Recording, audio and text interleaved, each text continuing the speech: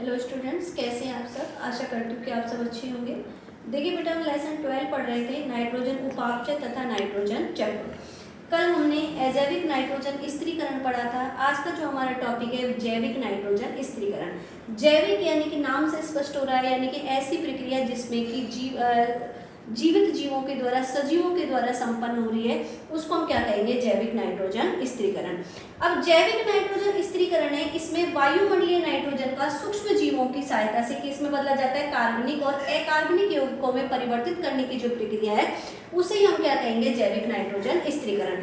वे जीव जो कि नाइट्रोजन स्थिरीकरण की क्रिया में भाग ले रहे हैं, जो सूक्ष्म जीव भाग ले रहे हैं, उनको हम क्या कहते हैं, डाईएजोट्रॉफ कहते हैं। क्या कहते हैं इनको, डाईएजोट्रॉफ। तो कह सकते हैं कि भाई जैविक नाइट्रोजन स्थिरीकरण क्या है कि वायुमंडलीय नाइट्रोजन को सूक्ष्म जीवों की सहायता से कार्बनिक और अकार्बनिक यौगिकों में परिवर्तित करने की प्रक्रिया क्या कहलाती है, जैविक नाइट्रोजन स्थिरीकरण। अब देखिए बेटा, जो जैविक नाइट्रोजन स्थिरीकरण है ये दो प्रकार से संपन्न होती है। एक होती है असहजीवी नाइट्रोजन स्थिरीकरण और दूसरी होती है सहजीवी नाइट्रोजन स्थिरीकरण।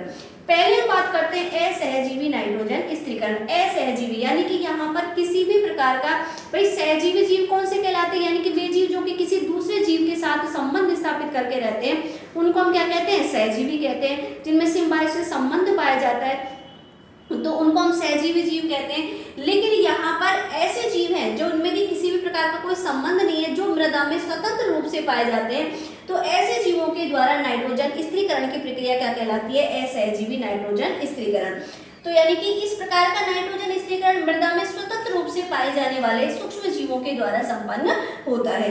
अब देखिए बेटा, असहजीवी नाइट्रोजन स्थिरीकरण है ना, इसमें निम्न प्रकार के सूक्ष्म जीव भाग लेते हैं। पहले हम बात करते हैं वायवीय जीवाणुओं की, यानी कि ऐसे जीवाणु जो कि वायु की उपस्थिति, जिनको जीवित रहने के लिए वायु की आवश्यकता होती है, उनको हम क्या कहते हैं, वायवीय जीवाणु। अब वायवीय जीवाणु कौन से, जैसे कि एजोटोबैक्टर है, एजोमोनास है, तो ये मृदा के अंदर स्वतंत्र रूप से स्थित रहते हैं और ये वायुमंडलीय नाइट्रोजन को क्या करते हैं, ग्रहण करते हैं और उसको फिर नाइट्राइट्स या नाइट्रेट में क्या कर देते हैं, कन्वर्ट कर देते हैं, और जिसे पौधे क्या कर लेते हैं, ग्रहण कर लेते हैं।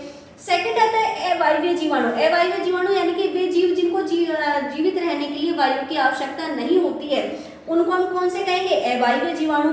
एग्जाम्पल आता है जैसे कि क्लॉस्ट्रीडियम। क्लॉस्ट्रीडियम जो है ये भी वायुमंडलीय नाइट्रोजन को क्या करता है, ग्रहण करता है और फिर उसको नाइट्रोजन के यौगिकों में क्या कर देता है, परिवर्तित कर देता है।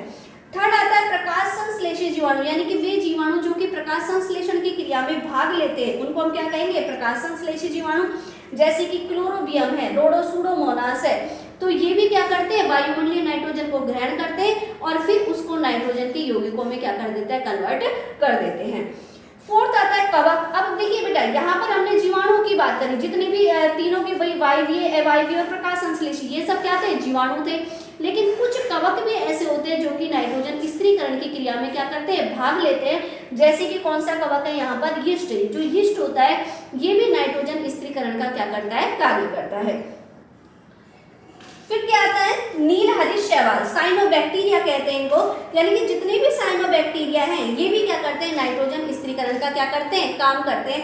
अब देखिए बेटा, यहाँ पे क्वेश्चन आता है कि भाई साइनोबैक्टीरिया में ऐसी कौन सी संरचना पाई जाती है जो कि नाइट्रोजन स्थिरीकरण का कार्य करती है। तो यहाँ पर एक विशेष प्रकार की कोशिका संरचना पाई जाती है जिसे कहते हैं हेटेरोसिस्ट, या 1 नंबर में क्वेश्चन आ जाता है। तो जो हेटेरोसिस्ट नामक संरचना पाई जाती है, ये क्या करती है, नाइट्रोजन स्थिरीकरण की प्रक्रिया को क्या करती है, संपन्न करती है। नाइट्रोजन स्थिरीकरण की प्रक्रिया के लिए हमको सूक्ष्म जीवों को सक्रिय करना पड़ता है। तो उनको सक्रिय करने के लिए जिस तत्व की आवश्यकता होती है वो कौन सा है, मॉलिब्डेनम। यानी मॉलिब्डेनम जो तत्व है, इसकी उपस्थिति में जो नाइट्रोजन स्थिरीकरण करने वाले सूक्ष्म जीव वो क्या हो जाते हैं, सक्रिय हो जाते हैं और वायुमंडलीय नाइट्रोजन को नाइट्रोजन के यौगिकों में क्या कर देते हैं, परिवर्तित कर देते हैं। और फिर मृदा से इन यौगिकों को पेड़ पौधे ग्रहण कर लेते हैं और फिर पेड़ पौधे से या कहाँ पर चल जाती है, जीव जंतुओं के शरीर में चली जाती है। तो इस तरीके से आज जो हमने पढ़ा है वो कौन सा पढ़ा है, असहजीवी नाइट्रोजन स्थिरीकरण। नेक्स्ट जो सहजीवी नाइट्रोजन स्थिरीकरण है, इसका हम अगले वीडियो में क्या करेंगे, अध्ययन करेंगे।